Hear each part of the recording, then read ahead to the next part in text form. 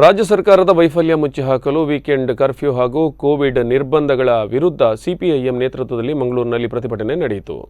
ನಗರದ clock tower ಬಳಿ ನಡೆದಂಥ ಪ್ರತಿಭಟನೆಯಲ್ಲಿ ಡಿವೈಎಫ್ಐ ರಾಜ್ಯಾಧ್ಯಕ್ಷ ಮುನೀರ್ ಕಾಟಿಬಳ್ಳ ಮಾತನಾಡಿ, ಕೋವಿಡ್ನ 1 ಮತ್ತು 2ನೇ ಅಲೆಯಿಂದ ಕೋವಿಡ್ ನಿಯಂತ್ರಿಸಲು ಸರ್ಕಾರಕ್ಕೆ ಸಾಧ್ಯವಾಗಿಲ್ಲ, ಜೊತೆಗೆ ಪರಿಹಾರ ವಿತರಣೆ ಮಾಡಲು ಸಾಧ್ಯವಾಗಿಲ್ಲ. ಇದೀಗ ಮತ್ತೆ ರಾಜ್ಯದಲ್ಲಿ ನೈಟ್ ಕರ್ಫ್ಯೂ ಹಾಗೂ ವೀಕೆಂಡ್ ಕರ್ಫ್ಯೂ ಜಾರಿಗೊಳಿಸುವ ಮೂಲಕ ಜನರ ಮೇಲೆ ಮತ್ತಷ್ಟು ಹೊರೆಯಾಗುತ್ತಿದೆ ಎಂದು ಹೇಳಿದರು.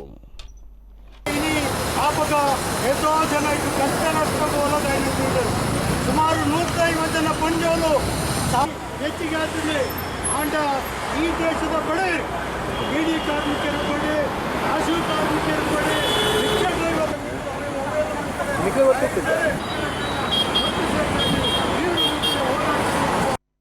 ನಮ್ಮ ಸರ್ಕಾರಗಳು ಕೊರೋನಾದ ಪ್ರಥಮ ಮತ್ತು 2ನೇ ಅಲೆಯ ಸಂದರ್ಭದಲ್ಲಿ ವಿಧಿಸಿದಂಥ ಲಾಕ್ಡೌನು ಅದರ ಪರಿಣಾಮಗಳಿಂದ ಪಾಠ ಕಲಿಬೇಕು.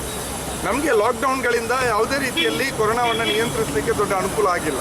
ಅದರ ಬದಲಿಗೆ ಒಟ್ಟು ಭಾರತ ದೇಶದ ಆರ್ಥಿಕತೆ ಮತ್ತು ಜನರ ಬದುಕು ಎರಡೂ ಕೂಡ ಸಂಕಷ್ಟಕ್ಕೊಳಗಾಗಿದ್ದನ್ನು ನಾವು ನೋಡಿದ್ದೀವಿ. ಮತ್ತು ಸರ್ಕಾರಕ್ಕೂ ಕೂಡ